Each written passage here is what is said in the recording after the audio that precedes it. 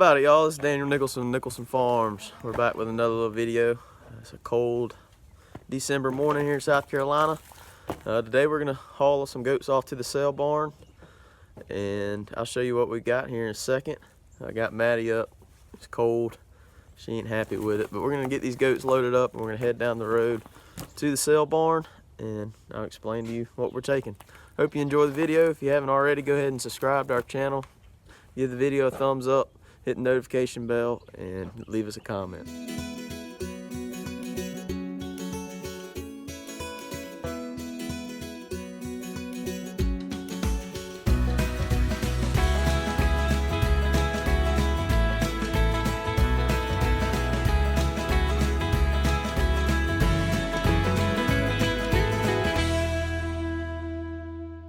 The first one that's going on the trailer is this guy. He's been a pain in my side since the day I got him. He's going to the sale barn, and I think he'll bring a decent little profit, but he's too aggravating to keep around here, so he's gonna get on the trailer. Also on this trip, I'm gonna take these 6 Kiko cross billies that I picked up a couple weeks ago or last week, and this one little Kiko cross nanny. We're gonna go ahead and take them to the sale. I did pull out these 2 right here that I'm gonna hold on to for a little while, see how they grow out. The other one that we're gonna sell, nobody's happy with me selling her, but this is sheep, and we call her sheep, so she's kind of got a woolly coat on her. She's a really nice goat. She's sweet as she can be, but she just hasn't produced. We had trouble with her last year. It's kind of a weird situation. She had a baby that whenever she delivered it, she didn't have any milk. She didn't produce any milk, and I do believe she's pregnant now, and she still doesn't have a milk sac. And even if she does put on a milk sac, she's about a month behind all the other nannies from having babies, so her baby would be out of sequence, and I like to sell all my babies at one time. So we're gonna go ahead and put her on the trailers this morning. It's sad, but you gotta make some money to stay here on the farm. So we're gonna get her on the trailer, back the horse trailer up to the gate here, put some feed on there, and just see if they'll just get on up in there.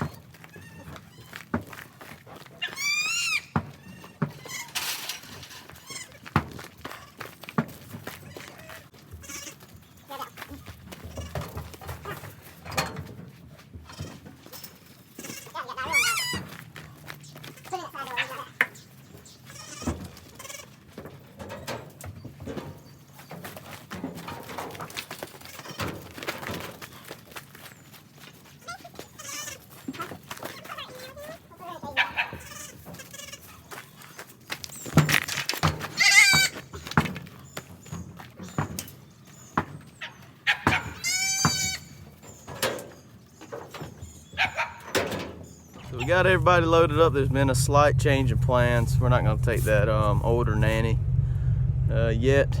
We had something unfortunate happen on the farm this week that I'll share in an upcoming video. But we're just gonna keep her. She means too much to Maddie and my little cousin and my mom. So we're gonna hold on to her, and just in case she's pregnant, we're gonna see if we can find a better home for her where she doesn't have the possibility to go to a slaughterhouse. So we got everything loaded up, got the air tank, got a spare tire, got a tire tool and jack, just in case. We're heading about an hour and a half down to Springfield, South Carolina, and sell these goats. Just want to bring all that just in case we have a blowout on the tire on the trailer. So y'all stick with us. We're gonna get down to the sale barn and get these goats unloaded and see if we can get them sold today.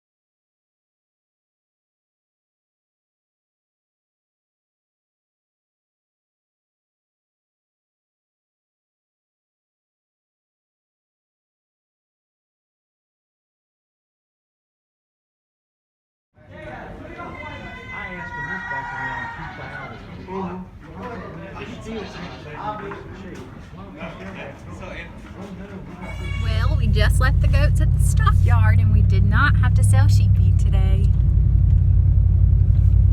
She's back at home with all the other goats. Well, we made it back from the sale. I didn't film much at the sale barn just because a lot of those places like that don't really appreciate you filming animals in a sale barn, and I don't want to be the one person walking around with a camera in my hand filming everything. So I didn't film too much at the sale barn itself. Dropped the animals off, and we hung around for a little while and saw what all was getting brought in. There's a bunch of goats and a bunch of pigs at this sale barn. If you're in the South Carolina area and you raise goats or pigs, the Springfield livestock market is a great place to go to sell your animals. They pretty much bring the highest prices for goats in South Carolina. So that's where I took them. It was about an hour and a half drive from here. We made it back safe and no blowouts on the trailer or anything. So we're grateful for that. A little bit about the process of a sale barn versus selling straight off your farm.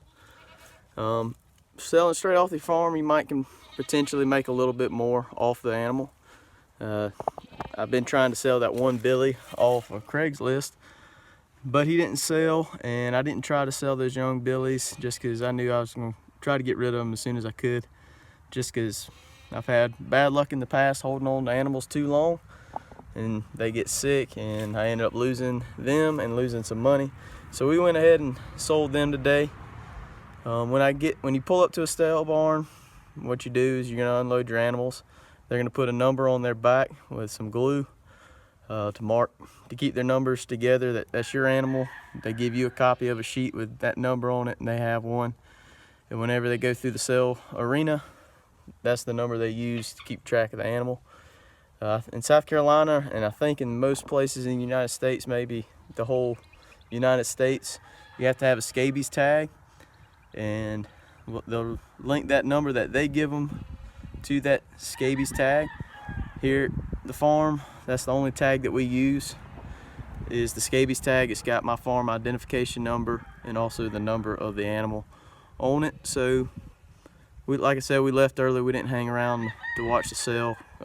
Clemson Tigers play the ACC championship today, so we had to get back to watch that ball game. But the sale would start at 2 o'clock for the goats, and they'll run the goat through the arena. People will bid on them, and they'll run them out.